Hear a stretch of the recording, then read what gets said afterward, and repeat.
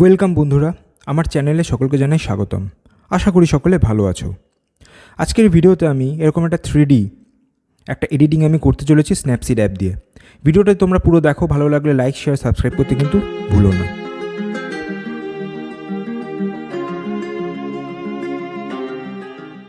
এডিটটা করার জন্য আমাদের লাগবে এরকম একটা ফটো, যেটা তোমরা একটা ফোন নিয়ে তুলতে পারো। যার ফটো তোমরা 3Dতে রাখতে চাও তার একটা ফটো, আর লাগবে স্ন্যাপসিড অ্যাপ। প্রথমে কী করতে হবে, অ্যাপটা ওপেন করে নিতে হবে। ওপেন করে এর যে লেন্স ব্লার অপশানটা আছে সেটাকে চুজ করে নিতে হবে। করে এই যে ট্রানজিশন রয়েছে সেটাকে 0তে নিয়ে যেতে হবে, এবং এই যে নীল রঙের যে পয়েন্টটা এটাকে একটা কর্নারে নিয়ে যেতে হবে।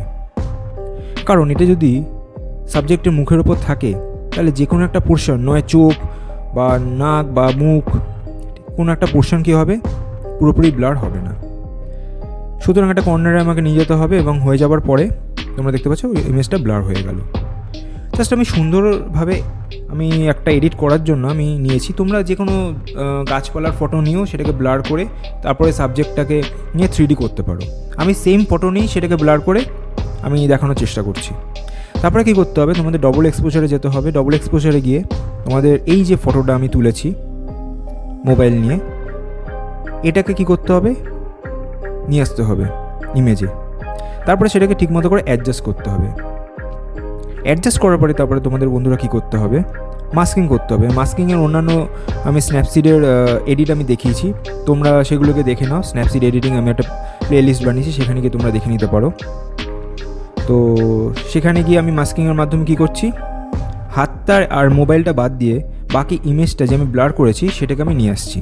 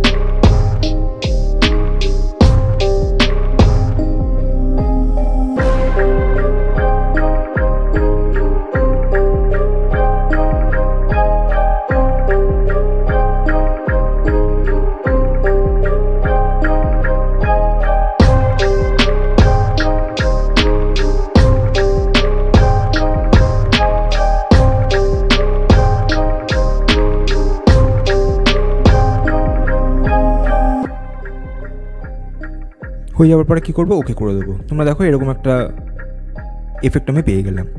এবারে কার্ভসে যাব, এই যে হাইলাইট পয়েন্ট, হোয়াইট যে পয়েন্ট, সেটাকে একবারে নিচের দিকে নামিয়ে দেবো, তাহলে ইমেজটা পুরো কালো হয়ে যাবে। আবার মাস্কিংয়ে গিয়ে আমি কী করব, শুধুমাত্র ফোনের যে স্ক্রিনটা রয়েছে এটাকে আমি কালো করব। কেন করব, তাহলে কী হবে, 3D এফেক্টটা আমি সুন্দরভাবে পাবো।